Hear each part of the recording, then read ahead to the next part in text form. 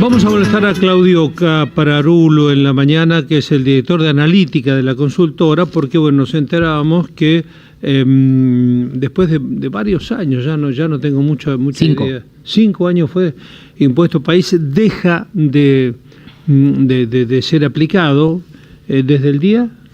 a partir de hoy. De hoy, exactamente. Sí. Bueno, vamos a ver qué significa esto en el bolsillo de los argentinos. Claudio, muy buenos días. ¿Qué tal? Muy buenos días, ¿cómo están? Muy bien, estamos muy bien, Claudio, gracias por atendernos. Y a ver, lo principal así en términos sencillos para que todos comprendamos. Bueno, hay que analizarlo de varias aristas. Lo primero para el bolsillo es que esto puede significar una nueva desaceleración en la tasa de inflación, ¿no? Esto abarata la importación de productos y eso después se puede ver reflejado en los índices de la inflación. Eso ya lo habíamos visto, porque recordemos que ahora se elimina el impuesto país, pero en septiembre el gobierno, que cuando asumió lo había aumentado, lo bajó, ¿no? En septiembre pasó, cayó 10 puntos porcentuales. Y cuando se dio esa baja, lo que vimos, por ejemplo, en los precios de los productos importados mayoristas, vimos que hubo una caída en los precios directamente, no solo una desaceleración de la inflación, sino una caída en los precios. Bueno, eso permitió también que los precios al consumidor, que es lo que vemos nosotros cuando vamos al supermercado, cuando vamos a algún comercio del barrio, esa inflación lo que permitió fue que a partir de septiembre perfore finalmente el 4% y se vaya desacelerando, y el buen dato de noviembre que fue el 2,4%.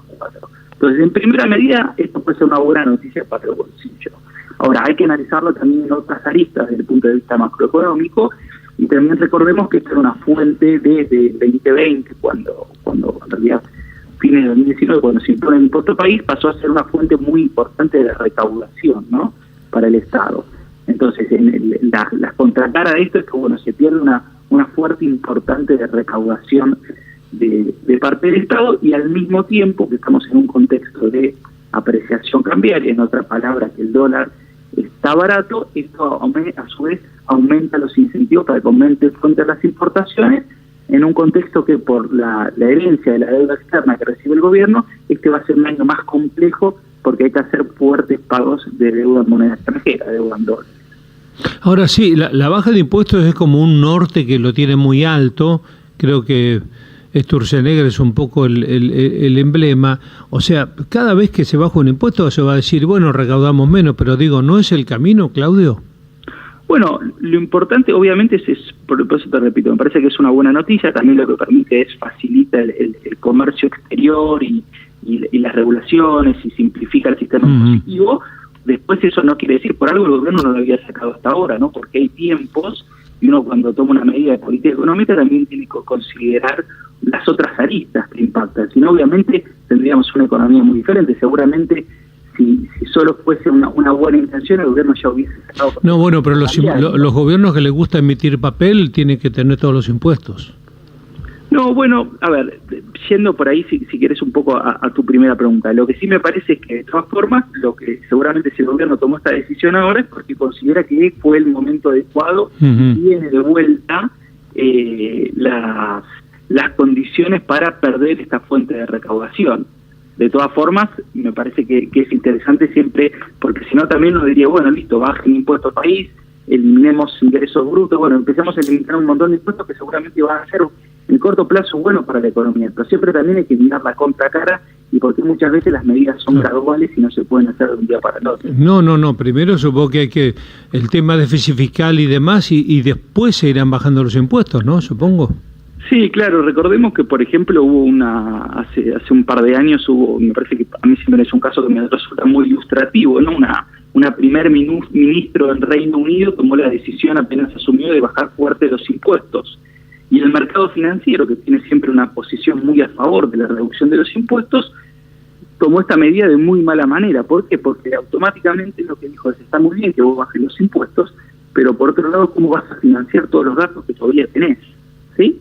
Entonces eso estuvo mal. Entonces siempre lo que tenemos que tratar de pensar es, bueno, los economistas solemos mirar mucho el equilibrio, ¿no? Tratar de que todo tienda al equilibrio. Entonces cuando se reduce una fuente, bueno, automáticamente hay que pensar cómo se compensa. El gobierno tiene a favor que este año va a terminar con unos muy buenos números fiscales, así que el Estado está recaudando más de lo que gasta. Bueno, El desafío en 2025 va a ser que eso se mantenga, a pesar, por ejemplo, de que está avanzando la reducción. ¿Cuál es la presión impositiva media, digo, en países comparables, en nuestras relaciones de países, y en cuál es la nuestra? Mira, eso se mide por lo general en puntos del PBI.